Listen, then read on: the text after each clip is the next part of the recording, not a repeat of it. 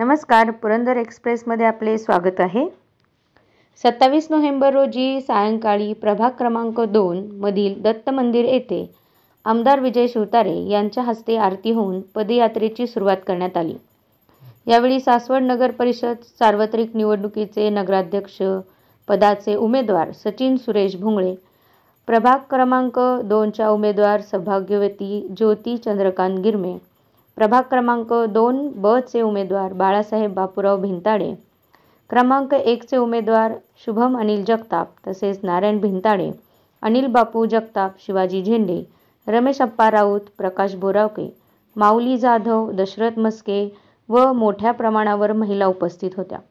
यावेळी बोलताना आमदार विजय शिवतारे काय म्हणाले ते पहा। अशा प्रकारची विनंती करण्यासाठी मित्रो, आता शुभमने सांगितलं ते वास्तव आहे।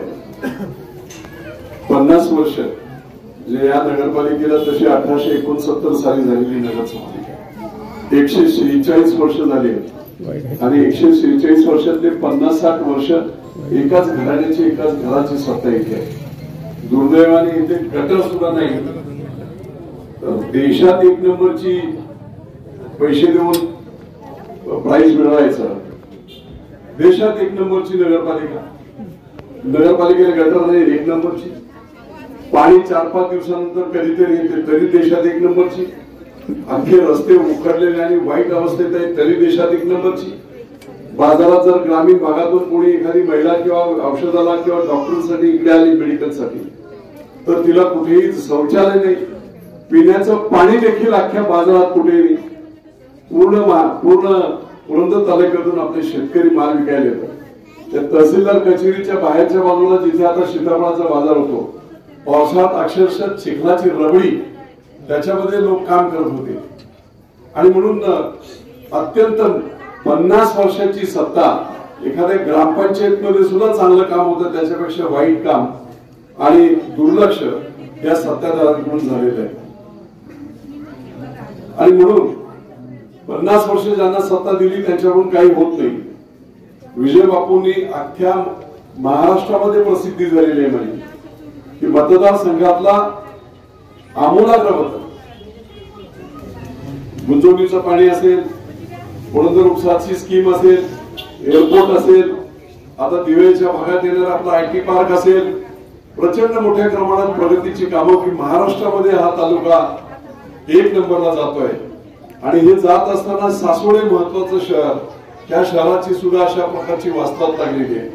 त्या संपूर्ण भागामध्ये जिथे जिथे झोपडपट्टी आहे, मग ते इंदिरानगर असेल, साठेनगर असेल, नायकवड असेल, या सर्व ठिकाणी स्लम रिहॅबिलिटेशनची स्कीम झोपडपट्टी पुनर्वसन विभागाच्या मार्फत जी होती ती करू शकतो। बीयूटीपीच्या अंतर्गत दिल्लीचे प्रधानमंत्री आवास योजनेअंतर्गत पैसे मिळू शकतात। 300 फुटाची पूर्णपणे फुकट घर, मोफत घरांना मिळू शकतात। दुर्दैव गेल्या वेळेस सुद्धा मी हे सगळं सांगितलं होतं, पण उलट जाऊन त्यांना या लोकांनी फितवलं। अरे बापू बोलतात घर करून देऊ, पण तुमच्या घराची जागा कोणाची आहे? ती दुसऱ्याची आहे। घर कुठे आहे? दुसऱ्याचं आहे। मग एकदा घर तोडलं की तुम्हाला हा करून देऊ, अजिबात होत नाही असं। ही सगळी प्रक्रिया सरकारी पद्धतीने होते। तहसीलदार असेल, ऍडिशनल कलेक्टर असेल, हे सर्व लोक येतात आणि जिथे झोपडपट्टी आहे तिथली मोजमाप स्वतः करतात, सगळे कागदपत्र चेक करतात आणि जो घरात राहतो तोच मालक, अशा पद्धतीने त्याचा स्नेह असते। काही नाही, कुठच्याही प्रकारच्या योजना करण्याची मानसिकता यांची नाही म्हणण्यापेक्षा तेवढं डोकंच नाही। काहीतरी असायला पाहिजे, तळमळ असायला हवी लोकांसाठी काम करण्याची। आता बघा, 2.5 वर्ष सरकार होतं महाविकास आघाडीचं, 1 रुपया सासवडच्या नगरपालिकेला आला। एकनाथराव शिंदे मुख्यमंत्री झाले आणि ताबडतोब 2 महिन्यामध्ये खंडोबा देवस्थानला बी 346 कोटी आणून दिले। 109 कोटीचं काम पूर्ण झालं। 143 कोटीची पाणी पुरवठा योजना मंजूर करून, टेंडर करून, ठेकेदार नेमणूक करून काम सुरुवात झालं। 143 कोटी। सासवड शहरामध्ये जवळजवळ 12 कोटीचे रोड, 10 लाखाचे वेगवेगळे कॉन्क्रीटचे रोड। सत्तेत ते असताना सुद्धा काही करू शकत नाही आणि म्हणून नगरपालिकांचा विकास जर खऱ्या अर्थाने करायचा असेल तर फक्त नगरपालिकेच्या क्षेत्रात राहणाऱ्या भाडेकरू म्हणजे घरपट्टी आणि पाणीपट्टीच्या टॅक्सवर करावर नगरपालिका नाही चालू शकत। नगरपालिकेचा पायाभूत सुविधा जर विकसित करायच्या असतील तर राज्य सरकारकडून नगरोत्थान योजना आणि केंद्र सरकारच्या योजनांमधून जोपर्यंत 100-200 कोटी दरवर्षी आणत नाही तोपर्यंत नगरपालिकेचा विकास होऊ शकत नाही। आणि म्हणून हे फक्त बंडल मारतात। 36 कोटी बी मंत्री असताना ताबडतोब दिले, ती योजना देखील पूर्ण करू शकले नाहीत। पैसे 33 कोटी परत गेले आणि पहिल्या टप्प्यातले जे 12 कोटीचं काम राहिलेलं अजून 12 कोटीचं काम राहिले आणि आता त्याची किंमत 20 कोटी झाली। त्यामुळे सगळ्या बाजूचा गोंधळ, भ्रष्टाचार, कचऱ्याची विल्हेवाट नीट नाही, अशा परिस्थितीमध्ये यांना ताबडतोब घरी बसवण्याची वेळ आलेली आहे आणि आपण सर्वांनी मिळून ते काम करावं। मी जी आता पिढी देतोय ती सगळी यंग मुलं आहेत, सगळी तरुण मुलं आहेत। एक नवीन पिढी सासवड शहरामध्ये समर्पित भावनेने काम करणारी, लोकांच्या हितासाठी काम करणारी मी देतोय। समोरच्या पॅनलमध्ये बघा मटकेवाले, दारूवाले, व्याजवाले आणि 20-20 वर्ष तेच नगरसेवक आहेत। आता 20 वर्ष राहून सुद्धा काय करू शकणार नाही, तर आता काय करणार तुम्ही?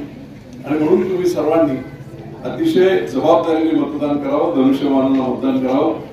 बाकीची या लोकांकडून कामं करून घेणे आणि बाहेरून पैसे आणून विकासाला जास्त साथ देणे याची सगळी जबाबदारी मी घेतोय। आपण सर्वजण या विश्वासाला निश्चितपणे साथ द्या आणि प्रचंड बहुमताने सचिन भोगळे हे नगराध्यक्ष पदाचे उमेदवार आहेत। आता मतदान कसं करायचं त्या बाबतीत थोडंसं डेमोच्या मशीन वगैरे सुद्धा मी तुम्हाला देतोय सगळे ठिकाणी।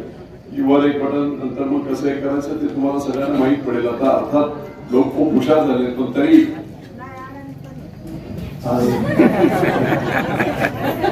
आपल्याकडे साखर कारखाना वगैरे नाही ना, कसं आहे साखर कारखाने वगैरे 15-18 मतदान करतात, 20-20 मतदान करतात। त्यावेळेस जरा तुम्हाला मशीन डेमो मशीन मी देतो, मी डेमो मशीन बघून सेम तशी डेमो मशीन तिकडे असेल आणि आपण तसं मतदान करावं। आपले नातेवाईक असतील, आपले मित्रमंडळी असतील, त्यांना देखील माझा संदेश, मी काही सर्व ठिकाणी पोहोचू शकेल असं नाही, परंतु हस्ते परस्ते माझा संदेश आपण सर्वांनी द्यावा। विधानसभेला प्रचंड चांगल्या प्रकारचं मतदान आपण केलं, त्याच्या पुढे जाऊन आता आपल्याला मतदान करावं लागेल, कारण आता स्थानिक लेवलवरचे सगळे नेते आहेत। बाळासाहेब बिंदाडे अख्ख्या संपूर्ण सासवड तालुक्यात प्रसिद्ध माणूस आहे, लोकांसाठी झटणारा माणूस आहे। शुभम चांगला एकदम, त्याचे वडील इथे कॉन्ट्रॅक्टर आहेत, चांगल्या प्रकारे लोकांमध्ये। सचिन भोगळे 10 वर्ष 2 लाख 5 वर्ष काम करतोय। पुन्हा ह्या ज्या महिला आहेत त्या सुद्धा चांगल्या, अगदी सुशिक्षित, ज्योतिताई गिरबे वगैरे सगळी चांगली मंडळी आहे। त्यामुळे आपण सर्वांनी मतदान करावं अशा प्रकारची विनंती करतो आणि माफी सांगितलं। जय हिंद। यावेळी बोलताना उमेदवार बाळासाहेब बिंदाडे म्हणाले, 40 लाखाचा रस्ता कॉन्क्रिटीकरण करण्याचं काम बापूंनी सँक्शन केलं। तसंच आता जे आपलं ओपन स्पेस आहे तिथे नाना नानी पार्कचं पार्क करण्याचं त्यांनी निवेदन दिलं होतं आपण, तर तेही त्यांनी सँक्शन केलेलं आहे। तसं बाकीचा आपण पाहतोय तालुक्यामध्ये एअरपोर्ट असू द्या, गुंजवणी असू द्या, आता हॉस्पिटलचं मोठ्या प्रमाणात मिनी ससून हॉस्पिटल इथं बेलसरला होत आहे। पोलीस स्टेशन एक 10 मजली इमारत होत आहे। बाकी आता 133 कोटीची पाणी योजना, 90 सालीची पाणी योजना झाली होती, त्याच्यानंतर कुठलीही आपली पाण्याची व्यवस्था झालेली नाहीये। आपण 145 कोटीची दुसरी पाणी योजना बापूंनी सँक्शन केली, त्याचं कामही चालू झालेलं आहे। आणि रस्ते तर भरपूर म्हणजे काय भरपूर निधी टाकलाय। अशा प्रकारे काम करणारा नेता आज त्यांच्या पाठीशी आपण जनतेने खंबीरपणे उभं राहिले पाहिजे। व त्यांना त्यांचं म्हणणं आहे, आपण पाहतोय 40 वर्ष या सत्ताधाऱ्यांना आपण ही सत्ता दिलेली आहे, पण अक्षरशः असं वाटतं आपण शहरात राहतो का धारावी झोपडपट्टीत राहतोय, अशी परिस्थिती इथं झालेली आहे। कुठलाही रस्ता व्यवस्थित नाहीये, पाण्यासाठी अक्षरशः खेडेगावी जसं वनवन फिरायला लागते तसं वनवन फिरावं लागते। पाण्यामध्ये अक्षरशः आळे येतात, अशी परिस्थिती इथं झालेली। पाणी येतच नाही, आले तर ते अशी परिस्थिती म्हणजे कित्येक घरामध्ये पाण्याचे जार चालू आहे, पाणी नाहीये, रस्त्याची व्यवस्था नाहीये, गटर व्यवस्था तर काय बोलायचंच नाही. आमच्या इथे तर काय वरतून तारादत्त वगैरे सगळे अडगोतले सगळ्या ड्रेनेज व्यवस्था अशा सोडलेल्या आहेत आमच्या घरापाशी उपळतात असे. आणि इथून सर्व त्रिशूल सोसायटी पासून ते खाली सर्व सोसायटी मध्ये अगदी सोनोरी रोड तिथे अख्ख्या सासवडचं वरचं अडगोतलं वगैरे तारादत्त पार्क सगळ्या वरच्या सोसायटीचं ड्रेनेजचं पाणी ओपन सोडलेलं आहे. भांडवलकरांच्या जमिनीतली 15 एकर जमीन या गटराच्या पाण्यात गेलेली आहे. ती लोक त्रस्त आहेत. त्याचंही निवेदन बापूंना आम्ही परवा सांगितलं होती. त्यांनी त्यांच्या सोयीसला पाठवून लगेच ते जे लिहून घेऊन त्याचं मार्गी लावायचं शब्द दिलेला आहे. आणि हा असा काम करणारा नेता आहे. तर आपण सर्वांनी आता इतके वर्ष 40 वर्ष अनुभवले. एक 5 वर्ष फक्त सत्ता देऊन बघा आणि परिवर्तन नाही झाल्या आम्हाला परत उभे करू नका. अशा प्रकारे तुम्ही सर्वांनी आम्हाला मदत करावी ही माझी इच्छा आहे. दत्तगुरूंच्या चरणी मी शब्द देतो. आम्ही कामच करून दाखवू आणि आम्हाला फक्त कामासाठीच उभं राहायचं. आम्हाला बाकी काय नावाचं काय नाही. आमचं नाव भरपूर आहे. तरी सर्वांनी एक संधी द्यावी अशी मी सर्वांना नम्र विनंती करतो. धन्यवाद. जय हिंद, जय महाराष्ट्र. बापूंनी 2 मिनिटं त्यांचे विचार मांडावेत. महाराष्ट्र मी आपल्या माध्यमातून बापूला विनंती करतोय की बापू हा जो तुम्हाला इथं जो उपप्रश्न दिसतोय त्याला आम्ही किती वेळा कंप्लेंट देऊन इथं ड्रेनेज लाईन येतो तुंबलेली आहे त्याचं पण काम केलेलं नाहीये. परत गवत वाढतं कंटिन्यू. सफाई कामगारांना सांगितलं तरी ते इथे येत नाही. त्यांचा जो कॉन्ट्रॅक्टर आहे त्याला जरी सांगितलं तरी ते येत त्यांच्या घरी पूर्ण एरियामध्ये हा एक उपस्थित गार्डन आहे आणि वृंदावन सोसायटीत एक गार्डन आहे. त्या वृंदावन सोसायटीमध्ये सुद्धा हीच कंडिशन आहे. आपण सगळं गवत वगैरे सगळं आम्हाला हे करायला लागते. आपण निश्चितपणे आपली सत्ता एवढ्या तुम्हाला महिन्याभरात बघू. जवळपास 20 वर्ष झालं गटरचं काकांनी सांगितलं गटरचे प्रॉब्लेम झाले. जवळपास फिरताना एवढ्या वासाने त्रस्त झाले सगळे नागरिक की तिथं डुकरं फिरायला लागले चांगल्या चांगल्या सोसायटीमध्ये. म्हणजे बारक्या पोरांना खेळायची सोय राहिली नाही तिथं. जर आपल्या प्रभागाचा विचार केला 1 नंबरचा तर जवळपास 3000 लोकसंख्या आहे.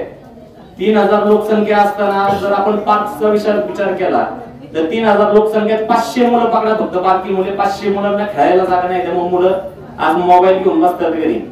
त्यामुळे पुढे आपण फ्युचर मध्ये असं नियोजन करू की बाबा यंग जनरेशनला एक संधी देत असताना पुढचा अजून काय फ्युचरिस्टिक विचारांनी की काय डेव्हलपमेंट करता येईल आपल्या 1 नंबर प्रभागामध्ये आणि पूर्ण सासवडमध्ये जी गेल्या 20 वर्षापासून झाली नाहीये ती आपण बापूंच्या मार्फत करू.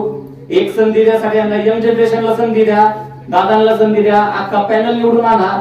100% प्रगती होणार सासवडची. एअरपोर्ट होतोय. एअरपोर्ट बरोबर जी आपली सिटी डेव्हलप व्हायला पाहिजे तशी सिटी डेव्हलप होऊन हायटेक सुविधा जवळपास सीसीटीव्ही नाहीये, चांगले रोड नाहीयेत. म्हणजे खूप आत्ताच मूलभूत सुविधा नाहीयेत. यांनी सासवड ऑलरेडी 30 वर्ष माघार नेऊन ठेवलेले. जे आता पुढे फ्युचरच्या हिशोबाने चालायला पाहिजे होतं ते ऑलरेडी